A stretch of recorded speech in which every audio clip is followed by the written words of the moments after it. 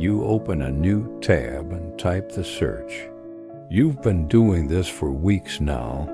The cursor blinks in the search bar like a pulse you can't control.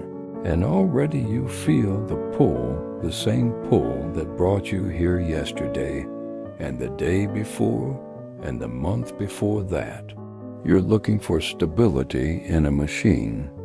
You scroll through listings, compare specs, calculate monthly payments in your head. Imagine yourself behind the wheel of something newer, cleaner, more complete. You tell yourself this time it's research. This time you're being smart. But the tabs multiply. 7, 12, 19. Each one a different model, a different color, a different promise. And somewhere beneath the comparisons and the calculations, you feel it, the faint hum of something unraveling. The sense that you're not searching for a car at all. You're searching for the feeling you think the car will give you. The sense that once you choose the right one, once you finally decide, something inside you will settle. Something will click into place, but nothing ever clicks. You close the tabs. Tomorrow you'll open them again.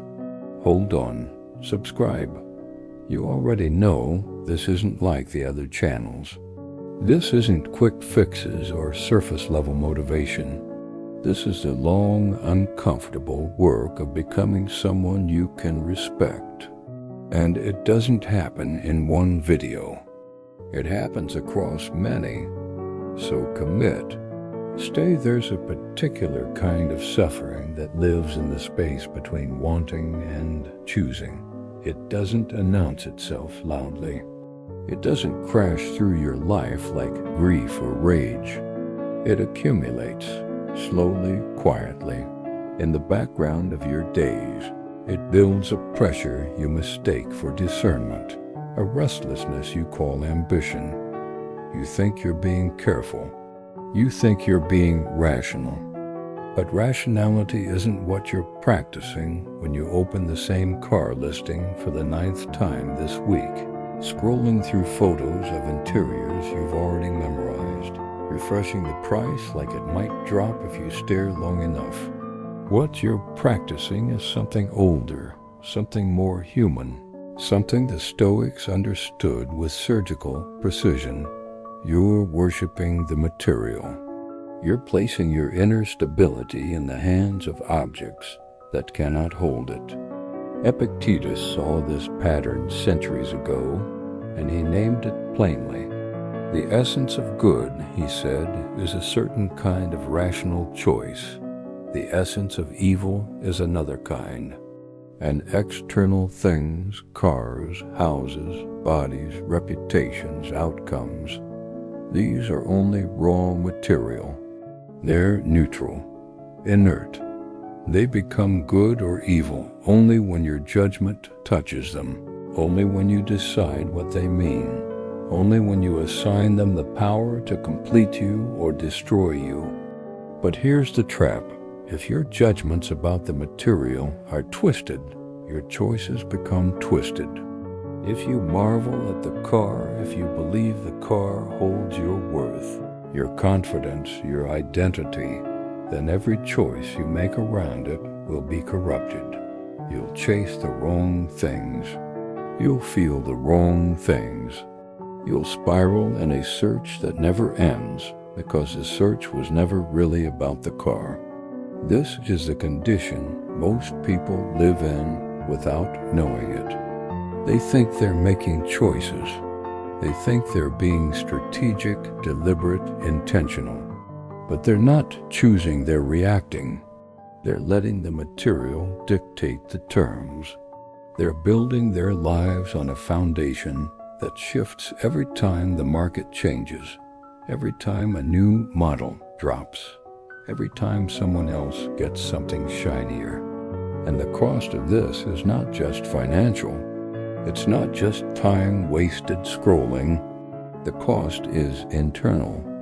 The cost is a life spent believing that peace lives outside you, That stability is something you purchase. That clarity is something you find in the right configuration of leather seats and horsepower. The cost is a soul that never learns to choose well because it never learns what well actually means. You sit in your apartment. The laptop is open. The tabs are still there, waiting. You've been telling yourself you're close to a decision. But the truth, if you're honest, is that you're not close at all. You're further than you've ever been. Because every new listing, every new comparison, every new variable you add to the equation only proves one thing. You don't trust your own judgment. You don't trust your capacity to choose. So you keep searching, hoping the search itself will eventually make the choice for you. It won't. The room is dim. Not dark, but dim in that specific way rooms get when the only light source is a screen. The glow from the laptop spreads across the desk, reflects faintly in the window glass, catches the edge of an empty mug that's been sitting there since this morning. Outside, the city hums a low, constant frequency of traffic and distant voices and someone's muffled music bleeding through the walls. But inside, the world has shrunk to this. A chair, a desk, a screen, a search bar. Caleb sits forward, elbows on the table, fingers hovering over the keyboard. He's been here for an hour, maybe two. Time behaves strangely when you're scrolling. It compresses and stretches, folds in on itself. Minutes feel like seconds. Seconds feel like hours. He doesn't notice anymore. He opens a new tab, types, best mid-size sedan 2025, hits enter. The page loads. Thumbnails appear, sleek profiles, metallic blues, polished grays, interiors bathed in showroom lighting. He clicks the first one, reads the specs. Fuel economy, 32 city, 41 highway. Horsepower, 191. Infotainment, 8-inch touchscreen, Apple CarPlay, Android Auto. He scrolls, reads user reviews. Great value for the price. Handles like a dream. Finally upgraded and couldn't be happier. He opens another tab, compares it to a different model. Slightly more expensive, slightly more power, slightly better interior materials. He makes a mental note, tries to hold both options in his head at once, weighing them against each other, calculating which one makes more sense. But the variables keep multiplying. Resale value, maintenance costs, insurance premiums, which color holds up better in sunlight, which dealership has better financing, whether he should wait for the next model year. Another tab, another listing. This one's used, lower mileage than expected, clean title, one owner. The photos show a car parked in someone's driveway, the angle slightly off, the lighting natural and imperfect. It looks real. It looks like something he could actually have. He clicks through the gallery, studies the dashboard, notices a small scuff on the steering wheel, wonders if that's a red flag, wonders if he's being too picky, wonders if he's not being picky enough. He leans back, rubs his eyes. The screen swims for a moment, then sharpens again. He looks at the tab bar. 14 tabs, all cars, all different, all promising something slightly different. Confidence, reliability, status, practicality, freedom. He doesn't remember opening half of them. The air in the room feels thin. Not suffocating, but thin, like there's less oxygen than there should be, like the space itself is holding its breath. The hum of the laptop fan is louder than it was before. Or maybe he's just noticing it now. The cursor blinks in the search bar. Waiting, always waiting. Caleb types again. Is it worth buying new versus used? Opens an article. Skims it. The arguments are familiar. Depreciation curves. Warranty coverage. Peace of mind versus financial prudence. He's read this exact article before. Maybe not this one specifically, but one like it. They all say the same things. They all leave him in the same place, uncertain. He closes the article, opens a forum thread, scrolls through comments. People arguing about engine reliability.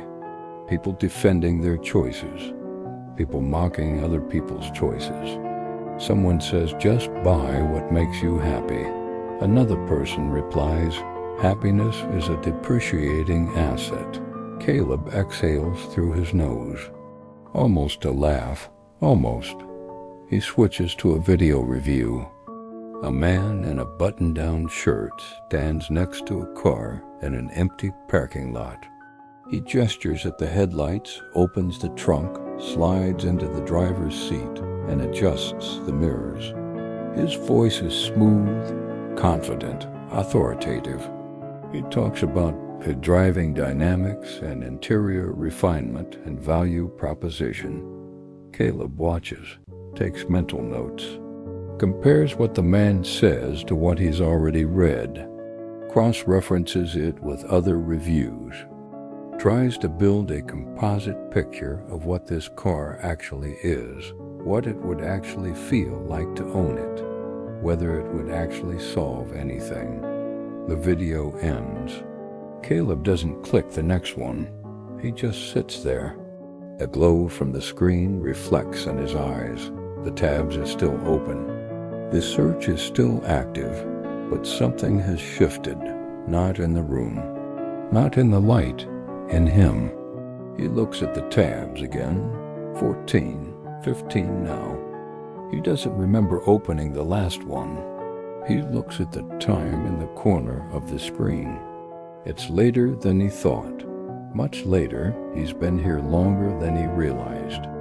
And he hasn't decided anything. He hasn't moved any closer to a choice. If anything, he's further away, because now there are more options, more variables, more things to consider. And beneath all of it, beneath the specs and the reviews and the calculations, there's a question he hasn't asked himself yet.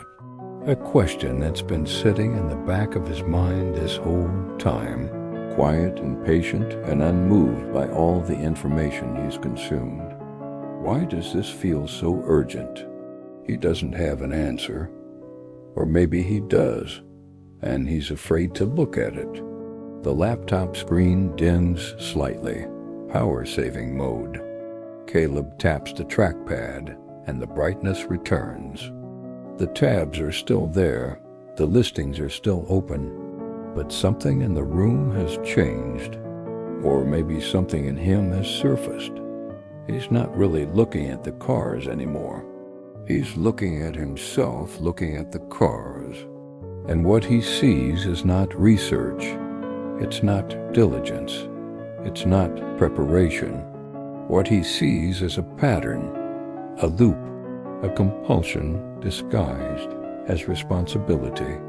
Because this isn't the first time he's done this. This isn't the first night he's spent hours comparing options, building spreadsheets in his head, convincing himself he's one more article away from clarity. He's been here before, not just with cars, with everything, with jobs, with apartments, with relationships, with decisions that should take minutes but somehow stretch into weeks, months, years of indecision, disguised as careful thought. The Stoics would call this marveling at the material. Epictetus used that word deliberately. Marvel, to stand in awe, To place something outside yourself on a pedestal and look up at it, hoping it will tell you what to do, hoping it will make you whole, hoping it will finally be the thing that completes the picture of who you are. But external things can't do that. They're not built for that. A car is metal and glass and engineering. It moves you from one place to another. That's what it does. That's all it does. Everything else, the confidence, the identity, the sense of arrival, that's what you're projecting onto it. That's what you're hoping it will give you. And because you're hoping for something it can't provide, the search never ends. Because no car will ever be enough. No model will ever be right. No choice will ever feel final. Caleb stares at the screen. The listings blur slightly, not because his eyes are tired, though they are, but because he's starting to see past them, past the photos and the specs and the prices. He's starting to see the engine underneath his own behavior, the mechanism that keeps him here, night after night, tab after tab, searching for something that isn't in the search results. He's searching for permission. Permission to trust himself. Permission to believe that his choice, whatever it is, will be good enough. Permission to stop second-guessing, stop comparing, stop asking the internet to validate what he already half knows. But permission doesn't come from external sources. It doesn't come from reviews or forums or expert opinions. It comes from the quality of your judgment. It comes from your capacity to look at something clearly, assess it honestly, and make a choice without needing the choice to be perfect, without needing it to prove anything, without needing it to save you. This is what Epictetus meant when he said the essence of good is rational choice, not the right choice. Not the perfect choice, not the choice that everyone else agrees with. Rational choice, choice that's grounded in clear thinking, choice that's not corrupted by fantasy or fear, choice that doesn't depend on the object being magical. And the essence of evil, that's the other kind, the twisted kind, the kind that assigns more weight to things that don't carry it. The kind that says, if I choose wrong, I'm wrong. If I choose poorly, I am poor. If I don't choose the best, I'm not my best. That's the corruption. That's the distortion. That's what makes choosing feel like life and death when it's really just choosing. Caleb closes one tab, then another, then another. Not because he's made a decision. Not because he's found the answer, but because he's starting to see the shape of the problem. And the problem isn't the cars. The problem is the belief that the cars hold the answer. The room is still dim. The laptop is still open. The city is still humming outside, but something has loosened. Not resolved, not fixed, just loosened. Like a knot that's been pulled tight for so long that even the smallest bit of slack feels like relief. He looks at the remaining tabs, 3 now, then 2, then 1. He doesn't close the last one. Not yet. But he's no longer marveling. The last tab sits there, open, waiting. It's a sedan, silver, 4 years old, clean history. The price is reasonable. The photos are good. The location is within driving distance. On paper, it makes sense. On paper, it's exactly what he's been looking for. But Caleb doesn't click Contact Seller. He doesn't save the listing. He doesn't even bookmark it. He just leaves it there, suspended in digital limbo, one more possibility among thousands. One more option that might be right if he just thinks about it a little longer. He stands up, walks to the kitchen, fills a glass with water, drinks it standing at the sink, looking at nothing in particular. The refrigerator hums. The faucet drips once, twice, then stops. Outside, a car alarm goes off briefly, then cuts out. The world continues. It always does. But inside this apartment, inside this moment, time has become strange, elastic. He's been searching for weeks, but it feels like months, or maybe years. How long has he been doing this? Not just tonight, not just this decision. How long has he been building his life around the idea that the next choice will be the one that finally settles him? He returns to the desk, sits down. The screen has dimmed again. He wakes it. The listing is still there. The sedan. The silver one, still reasonable, still sensible, still not chosen. The thing about delaying a choice is that it feels like wisdom. It feels like you're being careful, thorough, responsible. You're not rushing in. You're not being impulsive. You're gathering information, weighing options, considering all angles. And there's truth to that up to a point. But past that point, something shifts. Delay stops being wisdom and becomes something else. It becomes a strategy for avoiding responsibility, for deferring the moment when you have to stand behind your own judgment and say, "This, I choose this, and whatever comes from it, I'll handle." Caleb opens a new tab. Not a car listing this time, a forum, general discussion. People talking about decision paralysis. He scrolls through the thread. Someone says, "I spent 6 months researching blenders and still haven't bought one." Someone else replies, "That's not research, that's fear." Another person, "Fear of what?" The first person, "Fear that my choice will define me." Caleb closes the tab, but the sentence stays with him. "Fear that my choice will define me." That's it. That's the engine. That's the thing driving the tabs, the comparisons, the endless scroll. Not a desire for the perfect car, but a fear of what choosing the wrong car would mean about him. Because if he chooses poorly, if he makes a mistake, if he picks something and regrets it, then what does that say? That he's careless? That he's foolish? That he doesn't have good judgment?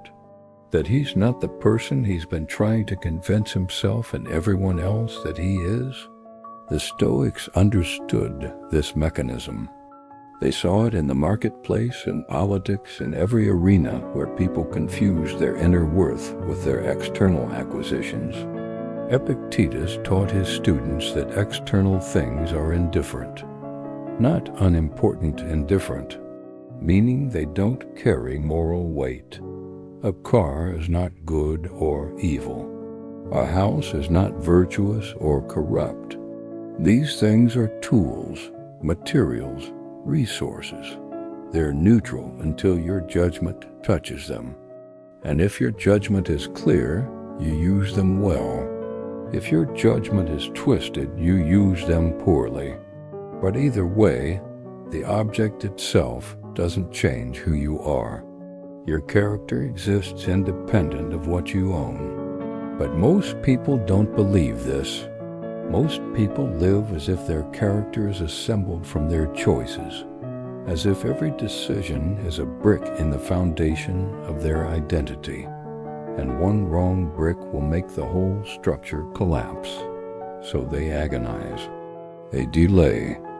They search and search and search, hoping that if they just gather enough information, the choice will make itself.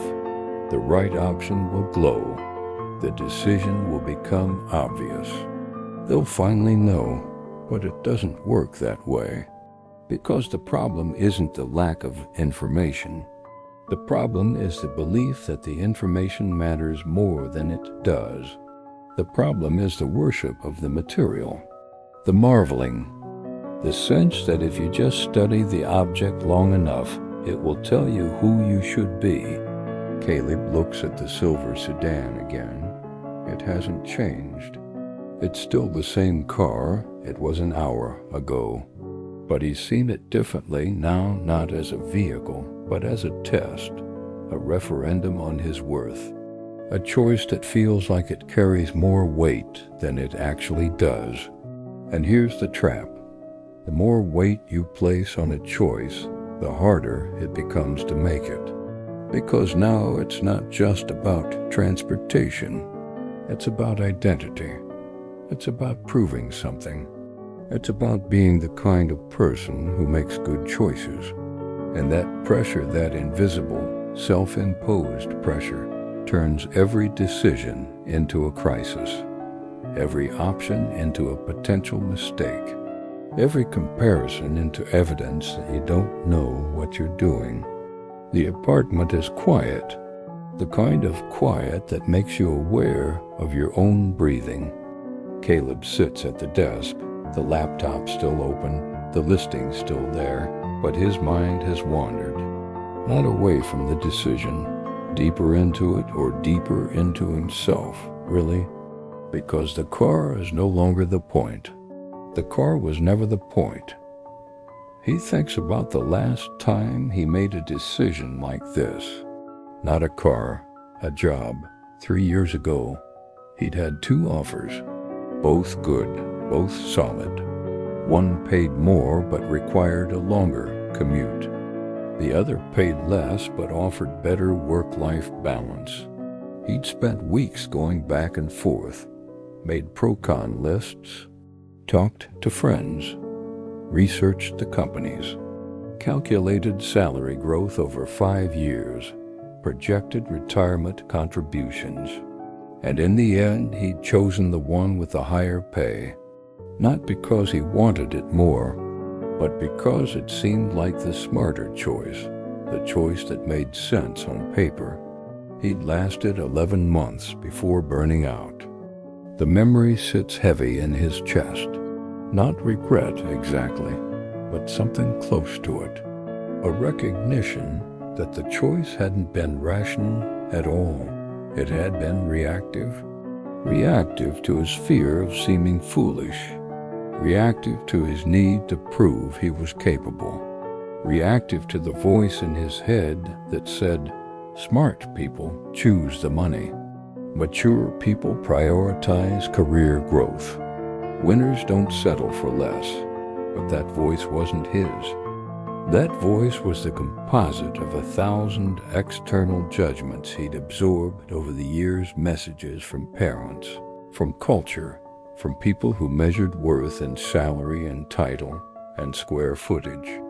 That voice was the corruption Epictetus warned about, the twisted judgment, the belief that external things could complete him, that the right choices would prove his value, that if he just arranged his life correctly, he'd finally feel settled. And it had spread. Like a crack in a foundation, that corruption had spread to every area of his life.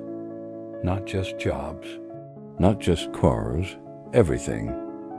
Relationships, friendships, hobbies, vacations. He'd approach each one the same way. Gather information, weigh options, delay the choice, hope for certainty, feel the pressure mount, finally choose something, then second guess it immediately. He dated someone once who called him out on it. They'd been together 6 months, and she'd asked him gently why he never seemed fully present, why he always seemed to be comparing their relationship to some invisible standard, why he talked about their future together in the language of pros and cons rather than desire. He'd gotten defensive, told her she was overthinking it, told her he was just being careful, being smart, being realistic. She'd looked at him for a long time. Then she'd said, "You're not being smart. You're being terrified. They'd broken up 2 weeks later, not because of that conversation, but because of what that conversation revealed. He didn't know how to choose her.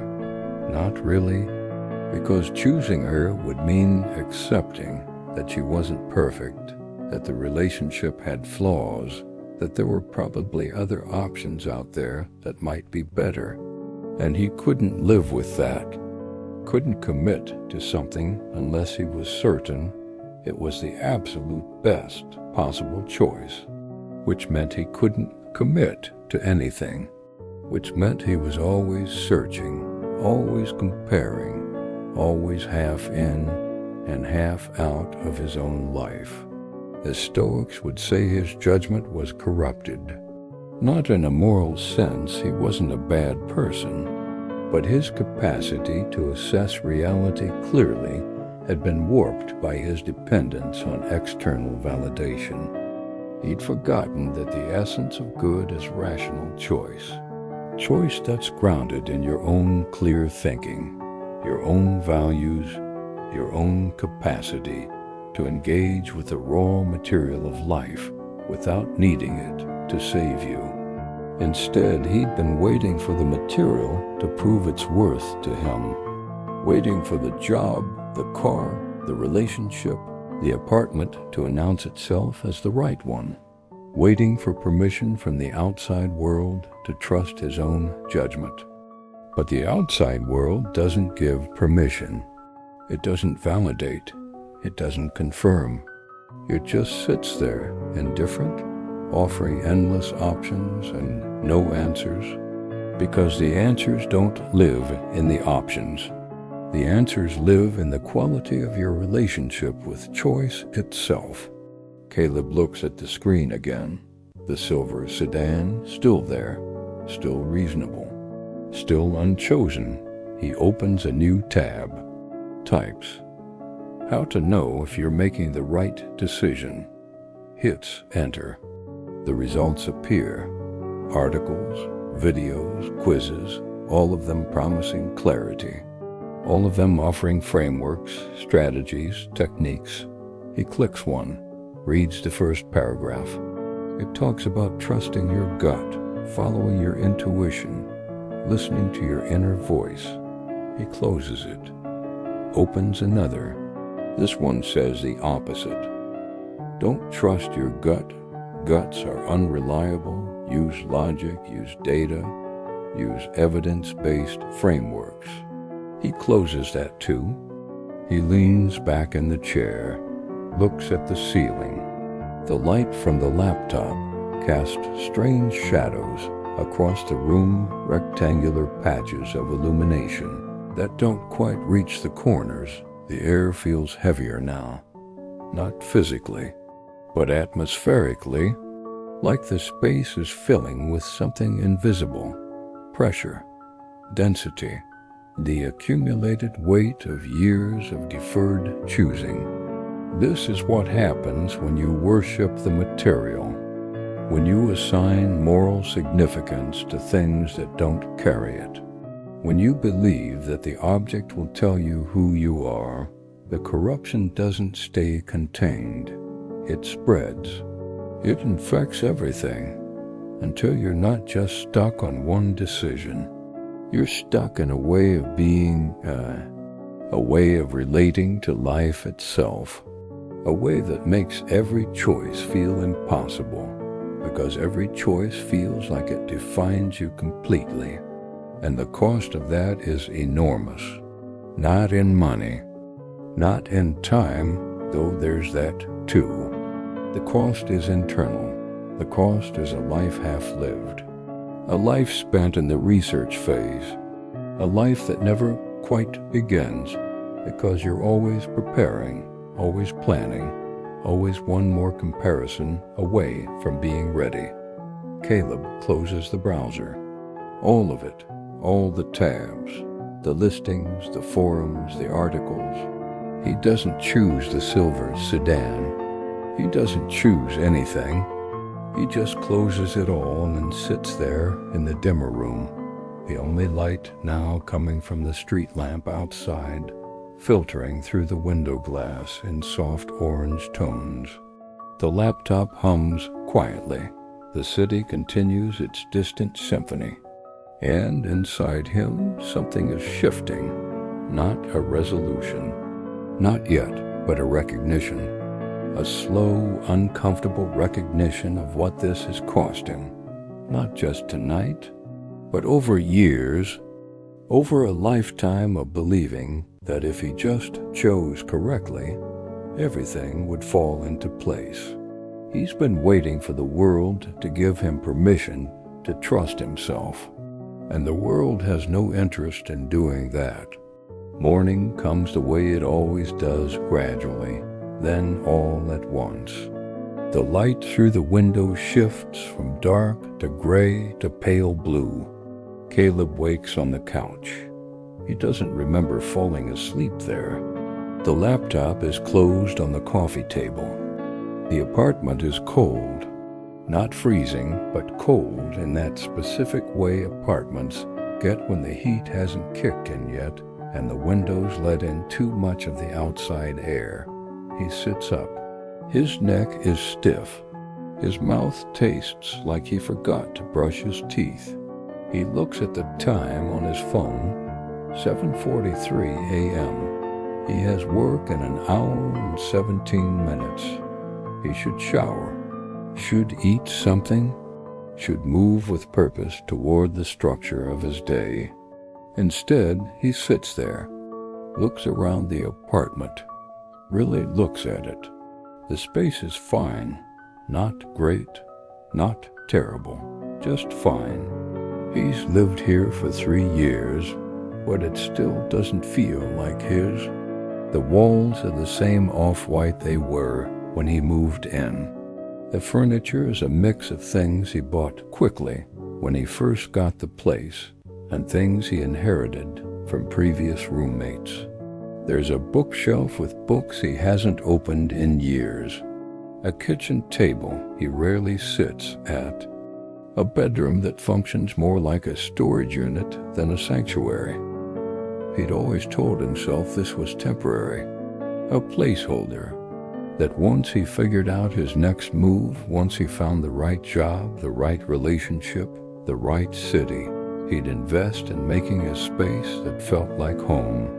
But 3 years had passed, and the apartment was still just fine, still temporary, still waiting for him to decide it was worth committing to. The same pattern, the same corruption, the same belief that if he just waited a little longer, something better would reveal itself. And in the meantime, he'd live in this in-between space, this liminal zone where nothing was quite real, because nothing was quite chosen. He gets up, walks to the bathroom, looks at himself in the mirror. His face looks the same as it always does, but something about the light makes him look older, tired, not physically exhausted, but tired in a deeper way. Tired of the loop, tired of the search, tired of living like he's always preparing for a life that never quite starts. This is the real cost of twisted judgment. Not that you make bad choices, but that you don't make choices at all, or you make them so late with so much delay and hesitation that by the time you commit, the opportunity has already shifted.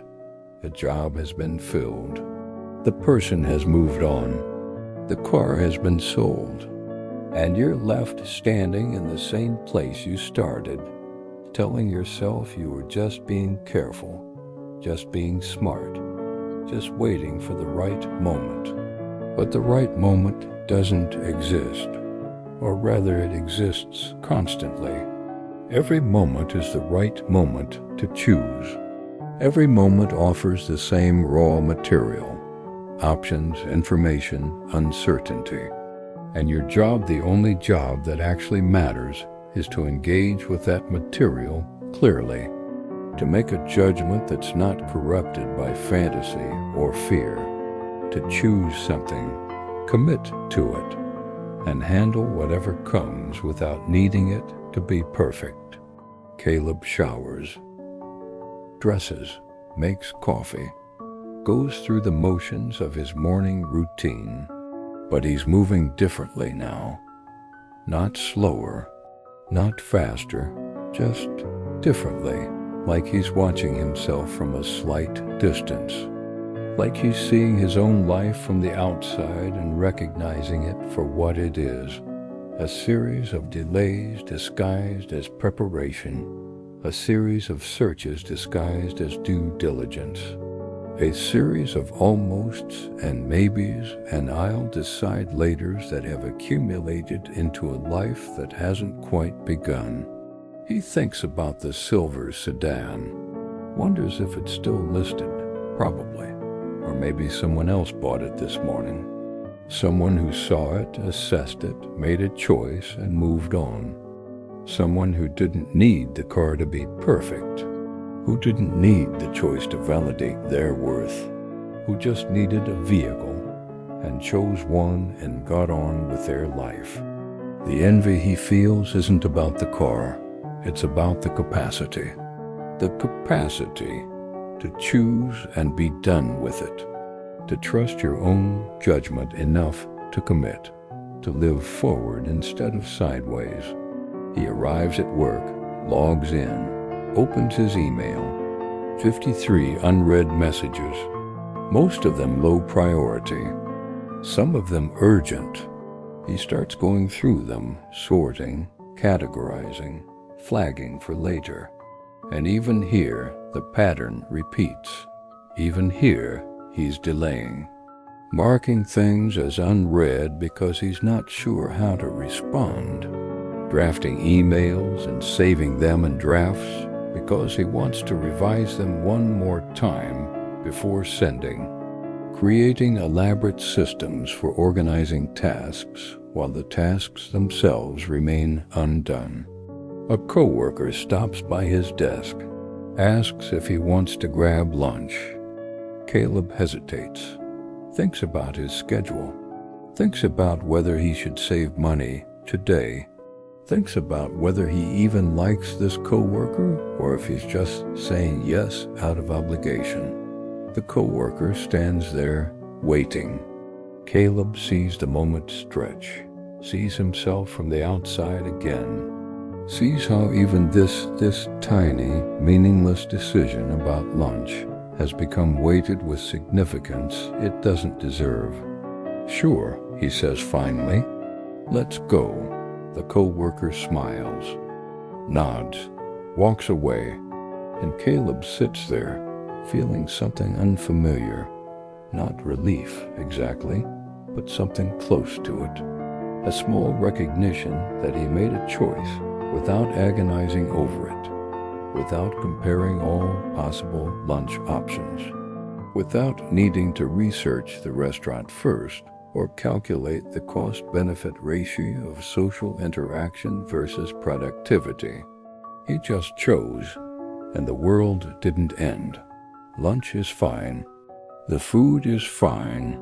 The conversation is fine. Everything is fine. That word again. Fine. It's the word Caleb uses most often to describe his life. Not good, not bad, fine, acceptable, adequate, sufficient but not satisfying. They eat at a place they've been to before. The coworker talks about his weekend, something about hiking, something about his girlfriend. Caleb listens, nods, makes appropriate sounds, but he's not really there. He's thinking about the pattern he's only now starting to see clearly. It's not just cars, it's not just jobs, it's not even just major decisions, it's everything. Every small choice has become an opportunity for delay. Every option has become a chance to defer.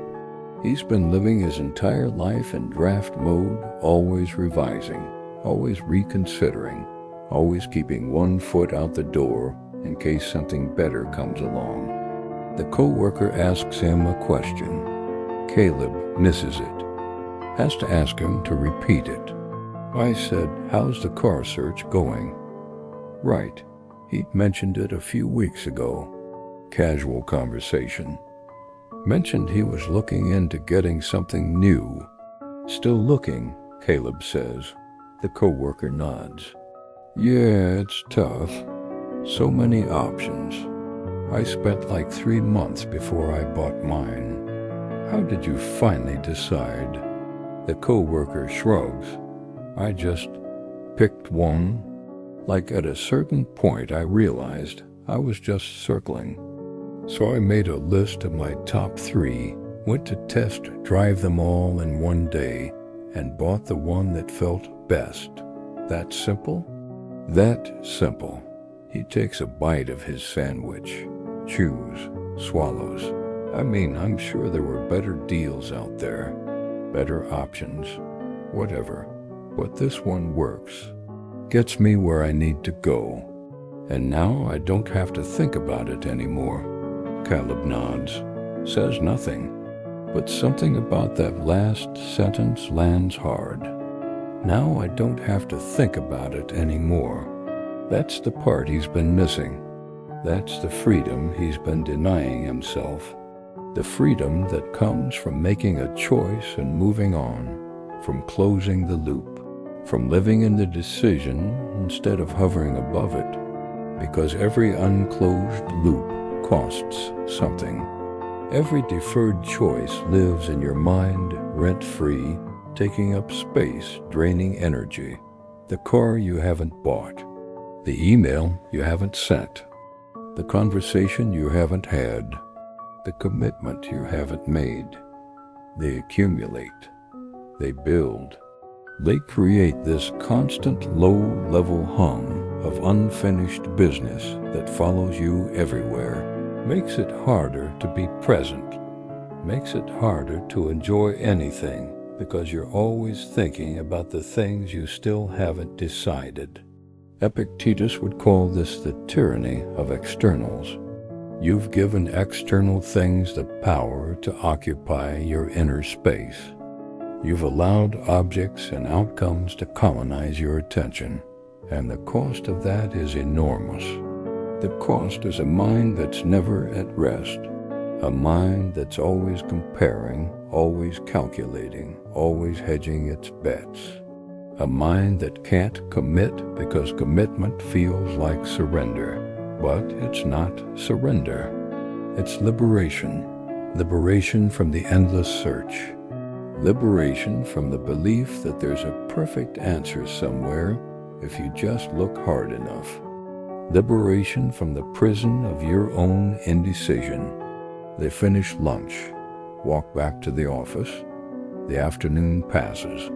Caleb works, emails, meetings, small tasks, large tasks, the rhythm of professional life. But underneath it, the pressure is building. Not external pressure, internal, the accumulated weight of years of non-choice.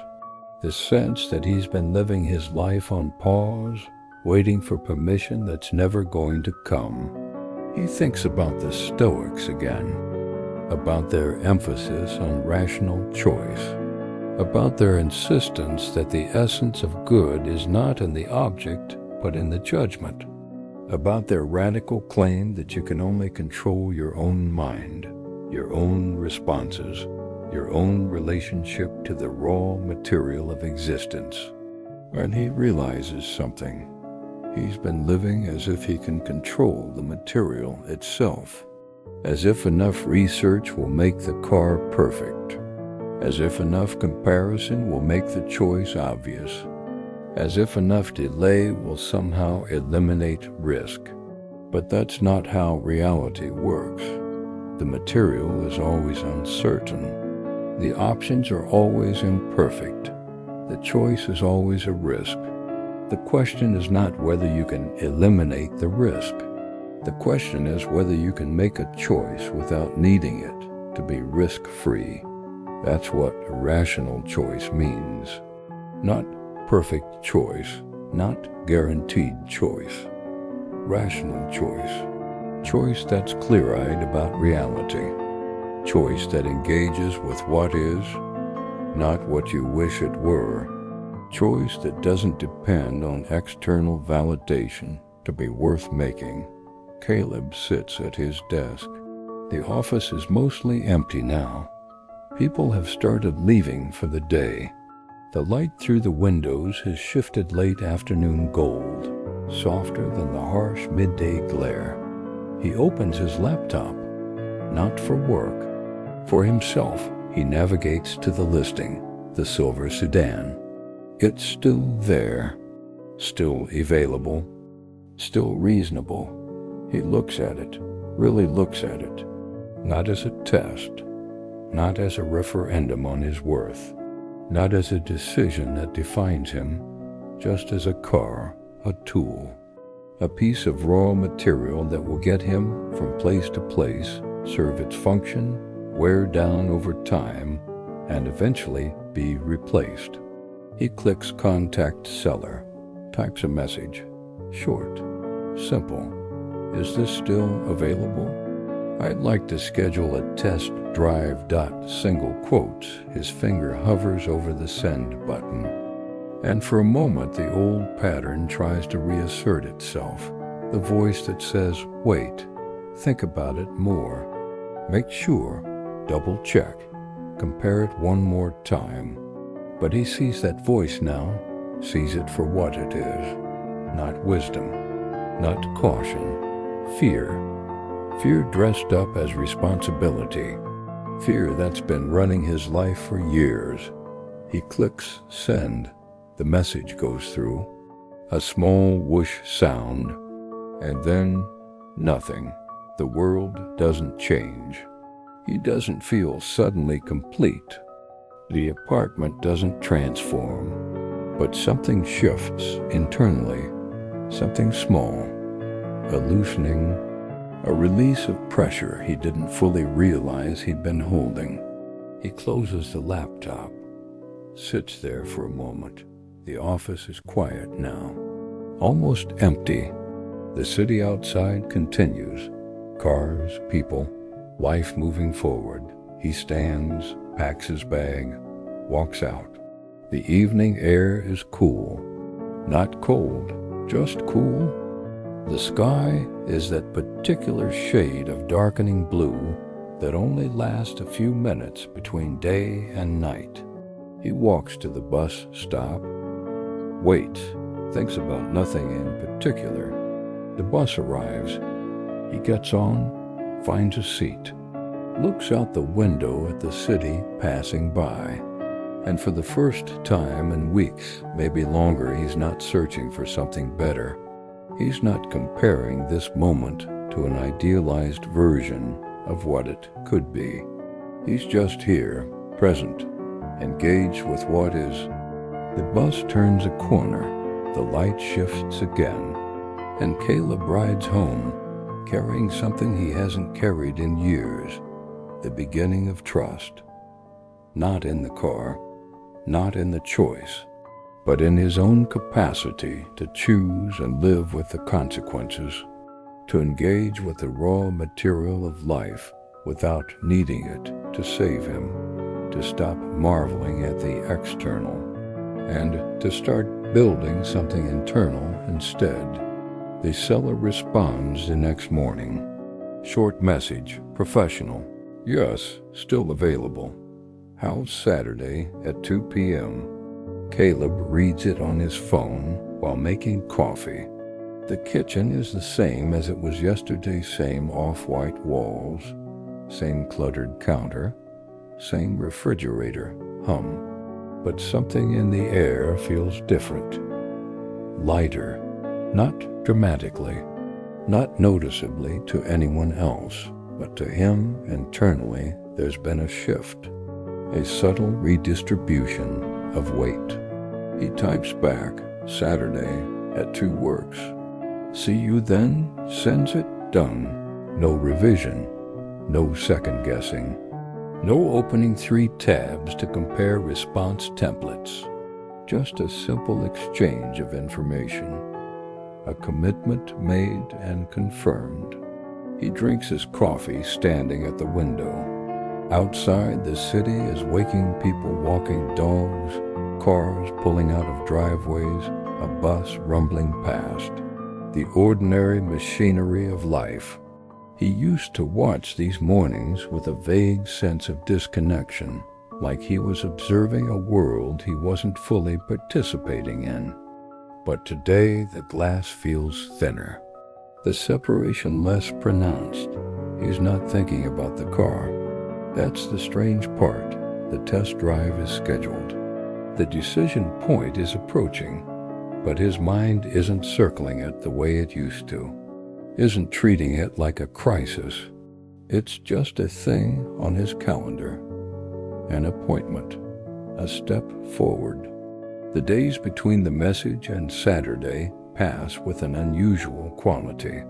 He goes to work, responds to emails without saving them in drafts first, attends meetings, makes small decisions, where to eat, which task to prioritize, whether to stay late or leave on time. And each one comes easier than it used to, not because the decisions themselves have changed, but because he's stopped asking them to be more than they are. Thursday night, a friend texts him, "Want to grab drinks tomorrow?" Old pattern. Caleb would consider his energy levels, his budget, whether he has anything else going on, whether this friend is someone he genuinely wants to see, or just someone he feels obligated to. He'd delay responding. Maybe say he'll let you know tomorrow, and then spend tomorrow weighing the same variables again. New pattern. He checks his calendar. He has nothing scheduled. He types back, "Yeah, sure." Where? They make a plan. Simple, quick, done. Friday after work, he meets the friend at a bar in a neighborhood he doesn't visit often. The place is dim, wooden, comfortable, in that worn-in way good bars are. They order drinks. Talk about nothing important. The friend mentions he's thinking about moving to a different city. Asks Caleb what he thinks. "I think you should do it if you want to," Caleb says. The friend laughs. "That's not very helpful." "No, I'm serious. If you want to move, move. If you don't, don't. But either way, you'll deal with whatever comes. You're capable of that. Single quotes. The friend considers this. Nods slowly. That's actually helpful. They drink. The conversation moves on, but Caleb sits with what he just said. Not because it was profound, but because it was true. And more than that, it was something he's starting to believe about himself too. That he's capable of dealing with whatever comes. That he doesn't need the choice to be perfect. He just needs to make it and handle the consequences. This is what the Stoics meant by rational choice, not calculation, not optimization, not the perfect alignment of variables, just clear judgment. Judgment that sees reality as it is, uncertain, imperfect, constantly shifting, and engages with it anyway. Judgment that doesn't depend on external validation. Judgment that trusts your own capacity to respond, to adapt, to live with what you've chosen. Saturday arrives. Clear sky, cool air. Caleb drives to the address the seller provided, a residential neighborhood 20 minutes from his apartment. Tree-lined streets. Modest houses. The sedan is parked in the driveway. Silver, clean, exactly as it looked in the photos. The seller comes out. Middle-aged man, friendly. They shake hands. The seller gives him the keys. Take it for a spin. No rush, Caleb gets in. Adjusts the seat. Checks the mirrors. Starts the engine. It sounds fine, not remarkable. Not disappointing, just fine. He pulls out of the driveway, drives through the neighborhood, merges onto a main road, accelerates. The car responds normally. The steering is responsive. The ride is smooth enough. There's a small rattle from somewhere in the dashboard, nothing serious. Just the sound of a car that's been driven for 4 years. He drives for 15 minutes, takes it on the highway, tests the brakes, turns on the radio, adjusts the climate control, does all the things you're supposed to do on a test drive. But he's not performing due diligence anymore. He's just experiencing the car, feeling whether it works for him, and it does. It's not perfect. The seat could be more comfortable. The sound system is adequate, but not great. But it works. It's reliable. It's sufficient.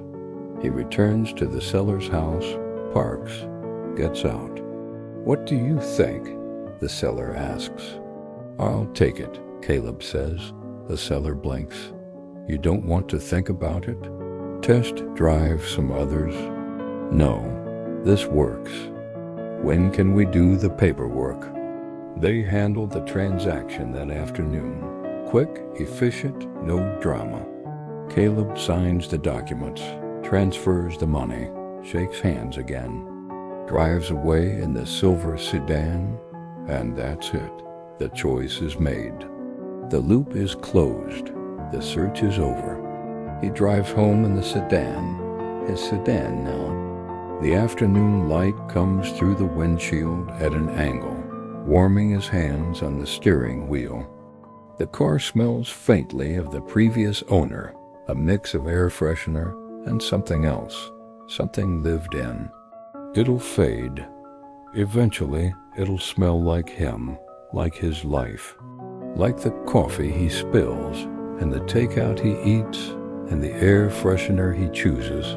He parks outside his apartment building, sits there for a moment with the engine off. The street is quiet. A kid rides by on a bicycle. Someone walks a dog. The ordinary world. The world that kept moving while he was stuck in his search. He thinks about the hours he spent, the tabs he opened, the comparisons he made, the forums he read, the anxiety he carried, and for a moment he expects to feel regret. Regret for all that wasted time. Regret for not just choosing this car or any car weeks ago. But the regret doesn't come. Instead, there's something else, something softer, understanding maybe, or compassion for the version of himself that needed to go through all that, the version that was so afraid of making the wrong choice that he couldn't make any choice at all. That version was doing the best he could with the beliefs he had, with the corrupted judgment he'd inherited, with the false idea that external things held the key to his internal peace. He gets out of the car, locks it, walks into his apartment. The space is the same, still off-white walls, still temporary furniture, still not quite home. But he looks at it differently now, not as a placeholder, not as something he's waiting to upgrade, just as where he lives. And maybe that's enough. Maybe the space doesn't need to be perfect to be chosen. Maybe he can commit to making it better without needing it to validate his worth first. He sits on the couch. No laptop, no tabs, no search, just sits. Looks at the room. Thinks about what it would take to make this place feel like his. Paint, maybe. Some actual art on the walls, plants. A bookshelf that isn't just storing books but displaying them. Small things, achievable things. Things he doesn't need to research for months before attempting. His phone buzzes. A text from his mother. "How's the car search going?" He smiles. Types back. "Bought one today." 3 dots appear. disappear, appear again. Really? Just like that? Just like that. Which one did you choose? He almost writes a paragraph explaining the specs, justifying the decision, listing the reasons it made sense. But he stops himself, deletes what he started, types instead a silver sedan. It's good. Gets me where I need to go. His mother sends back a thumbs up emoji. Proud of you. He stares at that message. Proud of you. Not for the car, for the choice, for the commitment, for finally moving forward. The evening passes. He orders food, eats on the couch, watches something on his laptop, not researching anything, just watching. Lets himself be entertained without productivity guilt. Lets himself exist in the present moment without comparing it to other moments he could be having. The pressure that's been building for weeks, months, really begins to dissipate. Not all at once. Not dramatically, but gradually, like air slowly releasing from an overinflated balloon. The tension in his shoulders eases. The tightness in his chest loosens. The constant background hum of anxiety fades to something quieter, something manageable. This is what happens when you stop marveling at the material, when you stop asking objects to complete you, when you make a choice and trust yourself to handle whatever comes. The pressure releases. The weight lifts. Not because the choice was perfect, it wasn't. Not because the uncertainty disappeared, it didn't. But because you stopped fighting reality, stopped demanding that life be something other than what it is, imperfect, uncertain, full of trade-offs and compromises, and good enough solutions. Epictetus taught that the essence of good is rational choice, and the essence of evil is the corruption of that choice, the twisting of judgment that happens when you assign moral weight to external things. When you believe your worth is measured by your possessions, when you think that choosing the right car, the right job, the right partner will finally make you whole. But wholeness doesn't come from external sources.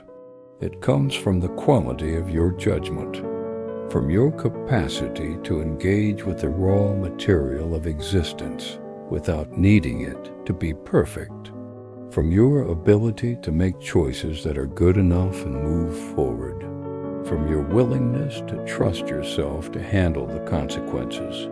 Caleb sits on his couch in his mediocre apartment, having just bought a mediocre car, living a life that is, by most objective measures, completely ordinary. And for the first time in years, he feels something close to peace. Not happiness, not triumph, not arrival, just peace. The quiet satisfaction of having closed a loop, of having made a choice and moved on, of having stopped searching and started living. The night deepens. The city quiets. The street lamp outside his window casts its orange glow across the pavement.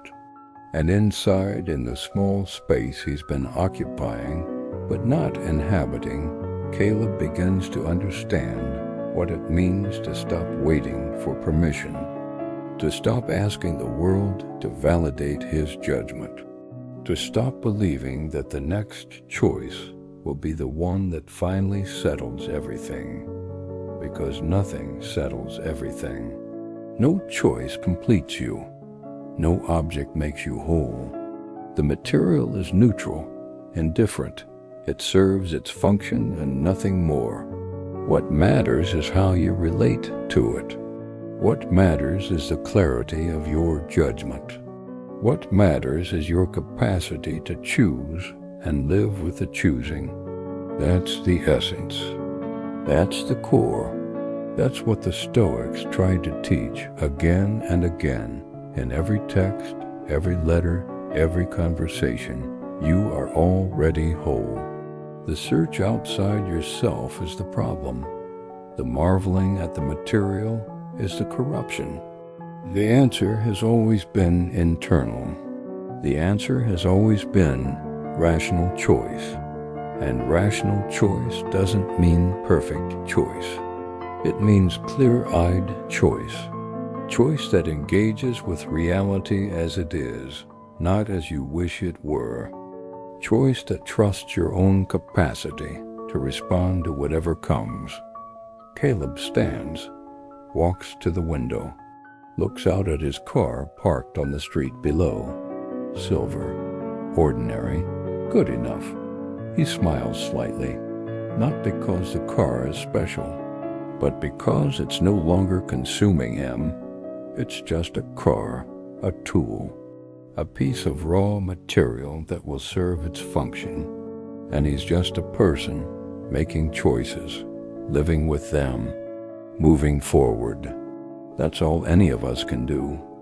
That's all any of us need to do. Sunday morning, Caleb wakes early, not from alarm or obligation, but naturally. The light is soft through the window early sun, gentle and hurried.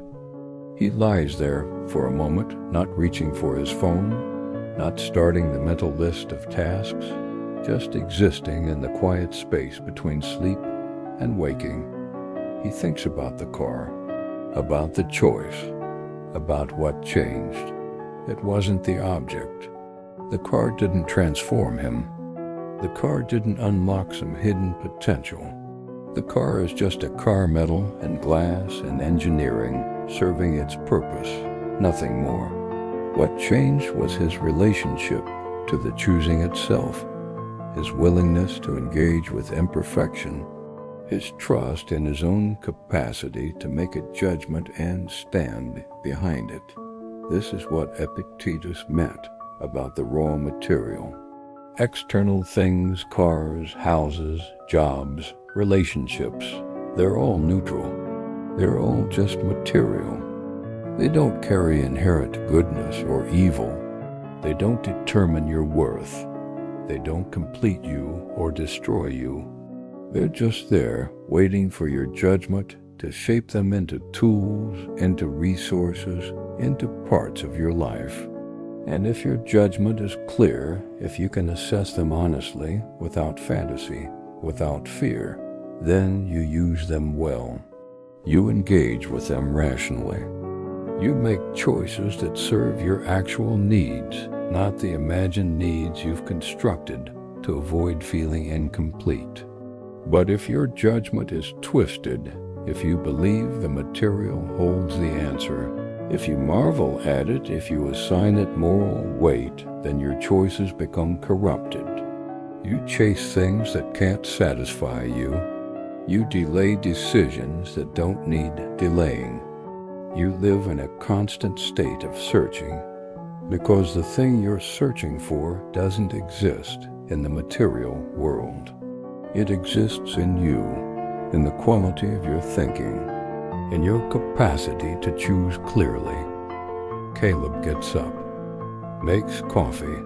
The ritual is the same, but he moves through it differently now.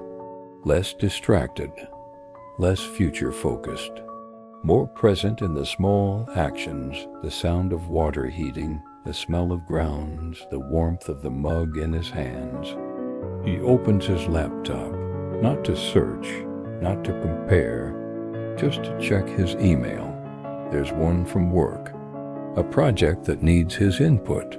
He reads it, thinks about it, responds. Simple, direct, done. There's another email, a promotional one from a car dealership. Don't miss out on our year-end clearance event. He deletes it without reading further. The search is over. The choice is made. He doesn't need to keep looking. He spends the day doing small things. Cleans the apartment. Not deep cleaning, just tidying. Puts away clothes. Washes dishes, takes the car to a gas station, fills the tank, wipes down the windshield.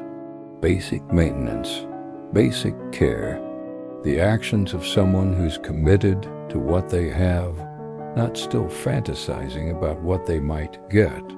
In the afternoon, he goes for a drive, no destination, just driving, testing the car in a different way, now not evaluating it, but experiencing it. He takes back roads, rolls down the windows, lets the air in. The radio plays something he half recognizes. He doesn't change the station. He passes a car dealership, rows of shiny vehicles with prices on the windshields. A salesman standing outside, waiting for someone to pull in. Caleb doesn't slow down, doesn't glance at the inventory, doesn't wonder if there's something better there. He just drives past. Because the essence of good is rational choice. And rational choice means engaging with what you have, not endlessly fantasizing about what you don't. It means making a judgment and living inside that judgment. It means trusting your capacity to work with the raw material life gives you, imperfect material, uncertain material, good enough material, and building something real from it. The corruption happens when you forget this, when you start believing that the material itself is the point, when you start thinking that the next car, the next job, the next relationship will be the one that finally completes you. When you start marveling at external things, assigning them the power to define your worth. But worth doesn't come from outside. Worth doesn't come from possessions or achievements or the validation of others. Worth is intrinsic. It exists in your capacity to think clearly, to choose rationally, to engage with reality without needing it to be something it's not. Caleb drives back to his apartment as the sun begins to set. The sky is layered orange near the horizon, fading to purple, then deep blue above. He parks the car, sits there for a moment with the engine off, watching the light change. He thinks about the version of himself from 2 weeks ago, the one sitting at his desk at midnight, 15 tabs open, searching for something that wasn't in the search results. That version was suffering, not dramatically, not visibly, but suffering in the quiet way people suffer when they've lost touch with their own judgment, when they've given away their power to external things, when they've forgotten that the answer is internal. He feels compassion for that version, understanding, because that version was him, is him, will probably be him again in some form when the next decision arrives. The pattern doesn't disappear completely. The tendency to marvel at the material doesn't vanish overnight, but he can see it now. He can recognize it. And recognition is the first step toward change. The Stoics knew this. They knew that philosophy isn't about achieving perfection. It's about developing awareness, about catching yourself when your judgment starts to twist, about correcting course before you spend months circling the same decision, about remembering that the essence of good is rational choice, clear, grounded, unattached to fantasy. Caleb gets out of the car, locks it, walks into his apartment. The space still isn't perfect, still isn't finished, still isn't what he imagined when he first moved in 3 years ago. But it's his. He chose it. And now he's choosing to improve it. Not because it needs to be perfect before he can commit to it, but because commitment itself is what makes a space worth improving. He sits on the couch, no laptop, no searching, just sits, looks around, thinks about what small thing he could do tomorrow to make this place feel more like home. Paint the bedroom, maybe, or just buy a plant, something simple, something achievable, something that doesn't require months of research or comparison or waiting for the perfect moment. The light outside fades, the apartment grows dim. He doesn't turn on all the lights, just one lamp, soft yellow, enough to see by, enough to exist in. And in that small circle of light, in that ordinary space, on that unremarkable evening, Caleb sits with something he hasn't felt in years, the quiet confidence that comes from knowing you can trust yourself, not to always choose perfectly, not to avoid mistakes, not to control outcomes, but to choose, to commit, to live with the consequences, to handle whatever comes. That's what rational choice means. That's what the Stoics were pointing toward. That's what Epictetus meant when he said the essence of good is a certain kind of choice, and the essence of evil is the corruption of that choice. The material is neutral. The world is uncertain. Life is imperfect, and that's okay. That's workable. That's enough. You don't need permission. You don't need perfection. You don't need the object to save you. You just need to choose, clearly, rationally, without marveling at what can't complete you. And then you need to live forward, inside the choice, trusting yourself to handle what comes. That's the work. That's the practice. That's the path. And it begins not when everything is perfect, but when you stop waiting for perfection and start engaging with what is. Monday arrives. Caleb drives to work in his silver sedan. Traffic is the same as always. The morning commute is the same as always. The parking lot is the same as always. But he moves through it differently.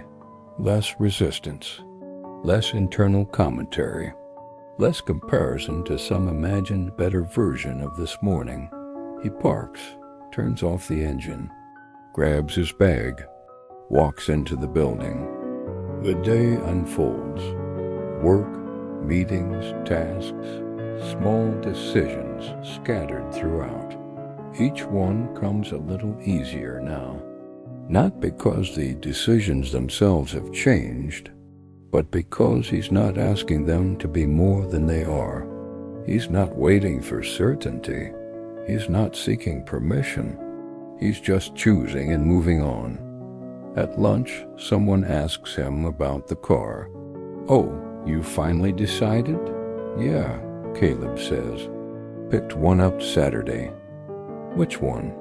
"Silver sedan. 4 years old. Runs well, nice. Feel good about it?" Caleb pauses, thinks about the question. Does he feel good about it? The car isn't perfect. There's a rattle in the dashboard. The seat could be more comfortable. The sound system is adequate, but not great. By any objective measure, there were probably better deals out there, better options, better configurations. But he made a choice. He committed. He's handling what comes. "Yeah," he says, "I feel good about it." Single quotes. And it's true. Not because the car is special, but because the choosing was real. The afternoon passes. The evening comes. He drives home. The city moves around him, cars, buses, pedestrians, the endless flow of ordinary life. He merges, changes lanes, navigates. The car responds, the engine hums, the wheels turn. Everything works. Nothing is perfect. That's how it should be.